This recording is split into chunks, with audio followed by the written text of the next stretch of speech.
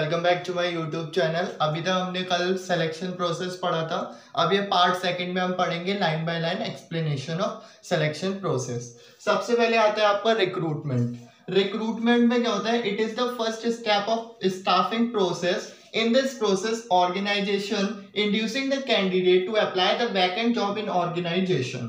मतलब इस वाले प्रोसेस में ये होता है कि जो एम्प्लॉयर है वो मोटिवेट करता है लोगों को कि ज्यादा से ज्यादा लोग जॉब के लिए क्या है अप्लाई करें। फिर इसमें basically two types of source of recruitment होता है। First is external source of recruitment and internal source of recruitment. सबसे पहले बात करते हैं एक्सटर्नल सोर्स ऑफ रिक्रूटमेंट की। एक्सटर्नल सोर्स ऑफ रिक्रूटमेंट का मतलब होता है employer select the employ by existing employ of the organisation. मतलब एम्प्लॉयर जो होगा वो वाले कैंडिडेट्स को सेलेक्ट कर लेता है जो ऑलरेडी हमारे ऑर्गेनाइजेशन के अंदर होता है। उसमें भी दो बेसिस उसके टाइप्स होते हैं। पहला होता है ट्रांसफर, फिर होता है प्रमोशन। ट्रांसफर में क्या होता है? सेम लेवल, मतलब व्हेन ऑर्गेनाइजेशन एक कैंडिडेट को दूसरी जगह बैठा देती है, मतलब उसका ट्रांसफर कर देती है, having their same level of authority, same level of wages and same level of salary. मतलब उसकी कोई सैलरी में चेंज नहीं आएगा, ना ही उसकी कोई लेवल ऑफ अथॉरिटी बढ़ जाएगी, ऐसा कुछ भी नहीं होगा। बस और बस उसकी क्या होगी? जॉब पोजीशन चेंज हो जाएगी। सेकंड थिंग आता है प्रमोशन। प्रमोशन में क्या होता है? उसका हाई लेवल ऑफ अथॉरिटी हो जाती है। इसमें क्या होगा? उसकी जो लेवल होगा उसका हाई हो जाएगा, और दूसरी चीज होगी जो उसकी वेजेस होंगे वो बढ़ जाएंगी, सैलरी होगी वो बढ़ जाएगी, और उसकी जो कंपनी में रेपुटेशन होगी वो थोड़ी सी ज्यादा और हो जाएगी।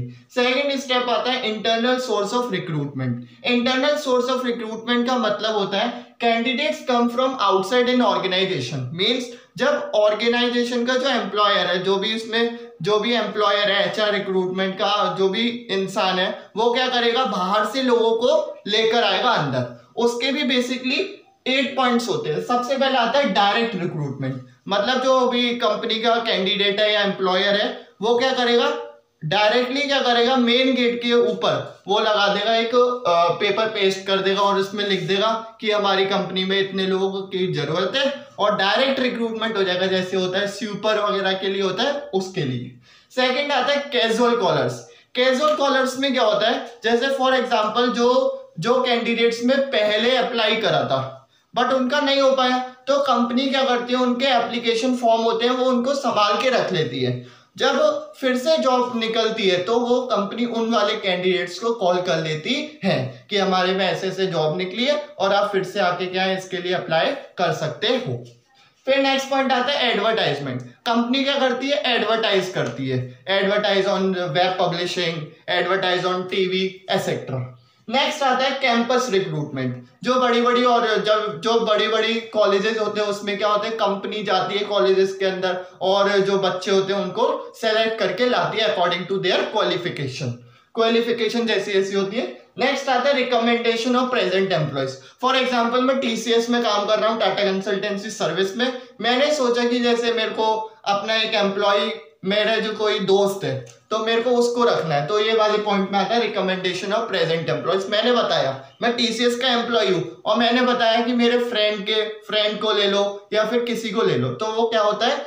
रिकमेंडेशन ऑफ प्रेजेंट एम्प्लॉयज होता है। नेक्स्ट होता है लेबर कॉन्ट्रैक्टर। जो बड़ी बड़ी कंपनियां होती है उनका लेबर के साथ कनेक्शन रहता है, वो उनसे बोल देते हैं ऐसे ऐसे हम लोगों को जरूरत है। जैसे अगर फॉर एग्जांपल सामान आया हुआ है मेन गेट पर, तो वो क्या करेगा कि वो कैजुअल उसको फोन कर देगा लेबर को, और वो अपने हिसाब से इंसान को भेज देता है जितने भी वर्कर उसे चाहिए होते हैं। नेक्स्ट आता है एडवर्टाइज ऑन टीवी। आप देखते ही रहते हो, टीवी पे आता रहता है ऐड कि भैया इतने लोगों की जरूरत है। नेक्स्ट होता है वेब पब्लिशिंग। वेबसाइट आप चलाते हो उसके नीचे आता रहता है इतने लोगों की जरूरत है इस कंपनी में। अब हम आते हैं स्टाफिंग प्रोसेस का second step, which is the name selection. सबसे पहले आते हैं it is the process in which we select the most suitable candidate for the vacant job. इस वाले प्रोसेस में हम क्या करते हैं? बिल्कुल मोस्ट सुटेबल कैंडिडेट को इसमें सेलेक्ट करते हैं। मतलब बिल्कुल जो बंदा परफेक्ट है उसको हम क्या इसमें सेलेक्ट करेंगे। फिर आते हैं इसके अंदर आता है हमारा, इसको हम नेगेटिव प्रोसेस भी कहते हैं, क्योंकि इसमें क्या होता है? अनसेलेक्टेड कैंडिडेट्स हमेशा ज्यादा होते हैं किसके कंपैरिजन? सेलेक्टेड कैंडिडेट्स के कंपैरिजन। फिर आते हैं इसमें भी पूरा सिलेक्शन के प्रोसेस के स्टेप बाय स्टेप चलता है। सबसे पहला आता है प्रिलिमिनरी स्क्रीनिंग। इसमें क्या होता है, कैंडिडेट को बुलाया जाता है, उसकी बेसिक एप्लीकेशन फॉर्म वगैरह देखते हैं, और अगर किसी के अनफिट होते हैं तो उसको वहीं के वहीं रिजेक्ट कर दिया जाता है। फिर उसका आता है सेकंड स्टेप, उसको कहते हैं सिलेक्शन टेस्ट। इसमें एक सिलेक्शन टेस्ट होता है, इसमें कैंडिडेट की प्रैक्टिकल नॉलेज देखी जाती है। उसके अंदर भी बहुत सारे टेस्ट आते हैं, जैसे फिजिकल टेस्ट हो गया, इंटेलिजेंस टेस्ट हो गया, और भी बहुत सारे होते हैं, एप्टीट्यूड टेस्ट हो गया, एक्सेट्रा। फिर आता है एम्प्लॉयमेंट इंटरव्यू। फिर जब कोई कैंडिडेट सिलेक्शन टेस्ट को क्वालिफाई कर लेता है, उसके बाद आता है एम्प्लॉयमेंट इंटरव्यू। एम्प्लॉयमेंट इंटरव्यू में क्या होता है, एम्प्लॉय का इंटरव्यू लिया जाता है। फिर नेक्स्ट आता है चेकिंग रेफरेंस एंड बैकग्राउंड।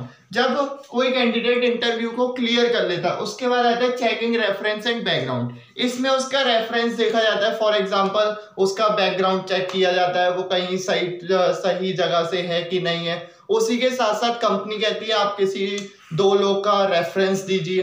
फिर उसके बाद आता है सिलेक्शन डिसीजन। फिर जितने भी पीपल होते हैं उनको सेलेक्ट करते हैं। फिर नेक्स्ट आता है, अगर सिलेक्शन डिसीजन कोई कैंडिडेट क्लियर कर लेता है, उसके बाद आता है मेडिकल। उस कैंडिडेट को मेडिकल के लिए बुलाया जाता है। और सम कंपनीज के पास खुद के मेडिकल सेंटर होते हैं, और कुछ कंपनीज क्या करती है, अपॉइंटमेंट ले लेती हैं हॉस्पिटल्स वगैरह से। फिर नेक्स्ट आता है जॉब ऑफर। फिर एट लास्ट जो उस कैंडिडेट को जॉब ऑफर करते हैं, उसको सारी टर्म्स एंड कंडीशन समझाते हैं कि ऐसे ऐसे हमारी कंपनी में टर्म्स एंड कंडीशंस हैं। देन उसके बाद उसके हाथ में जॉब आ जाती है। नेक्स्ट लास्ट होता है कॉन्ट्रैक्ट ऑफ एम्प्लॉयज। इसमें वो मतलब टाइम पीरियड सेट करते हैं, आप कितने साल के लिए हमारी कंपनी में रहोगे, 3 इयर्स से पहले आप इसको लीव नहीं कर सकते, एक्सेट्रा। अब गाइस ये हम लोगों का खत्म हो गया सिलेक्शन प्रोसेस। अब हम नेक्स्ट वीडियो में देखेंगे पार्ट नंबर 3 में ट्रेनिंग एंड डेवलपमेंट का पूरा, और फिर हम अपना चैप्टर को फिनिश कर देंगे। और गाइस आपसे बस एक ही उम्मीद है, आप लोग देखते रहते हो, और प्लीज वीडियो को सब्सक्राइब और लाइक प्लीज करिएगा।